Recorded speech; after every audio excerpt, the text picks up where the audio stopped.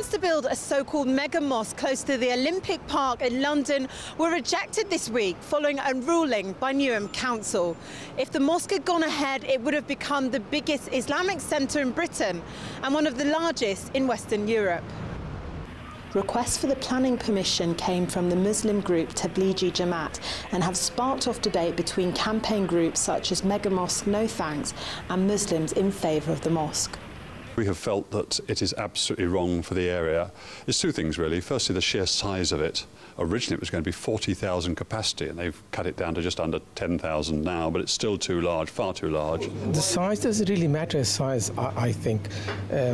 Obviously the project has been scaled down considerably than what it was before. As I said, taking as the aspiration of the council people in an account.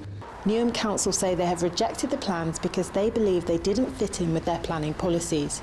The project also raised other concerns for some campaign groups.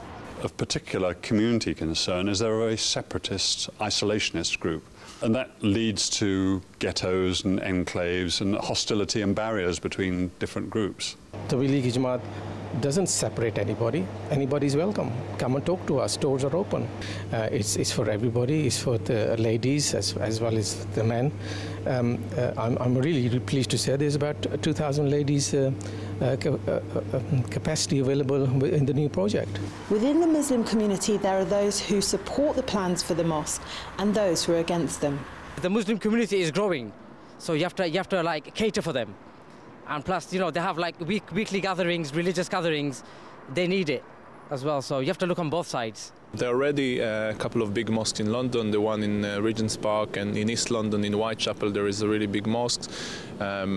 So obviously the Muslim community would want to build more mosques, but from what I read and understood, there are some people in the Muslim community who are not really happy with the decision to apply to build this mosque because one certain group take ownership and representation of the Muslim community, and so within the Muslim community there were people who were not really supportive of this move. Another reason campaigners are against the new mosque is because they're suspicious of the groups some members of the Tablighi Jamaat choose to associate with. It cannot be denied that Tablighi Jamaat followers themselves have been involved in a large number of terrorist incidents, one way or other, around the globe. That's not to say they themselves are officially a terrorist group, they're not. But there's something about their very narrow, hardline form of Islam that's not far away from terrorism. Say that the Tablighi Jamaat does not have links with any such people whatsoever. The fact people come and go, we don't know who they are. The fact they come in, and if they're of a bad character, hopefully they'll go back being made into a good character. That's what it is all about. And so, following the council's ruling, what's next? The plans have been rejected by the local borough council, which is the first stage. That decision has to be approved by the Mayor of London's office, the GLA, which has to be approved or otherwise by him within the next 14 days. We expect he will approve the decision. It'll be very difficult for him not to. However, I think what they will plan to do is, we know they have very deep pockets. They've got lots of money. And we think what they'll do is they'll now appeal to the government's planning inspectorate.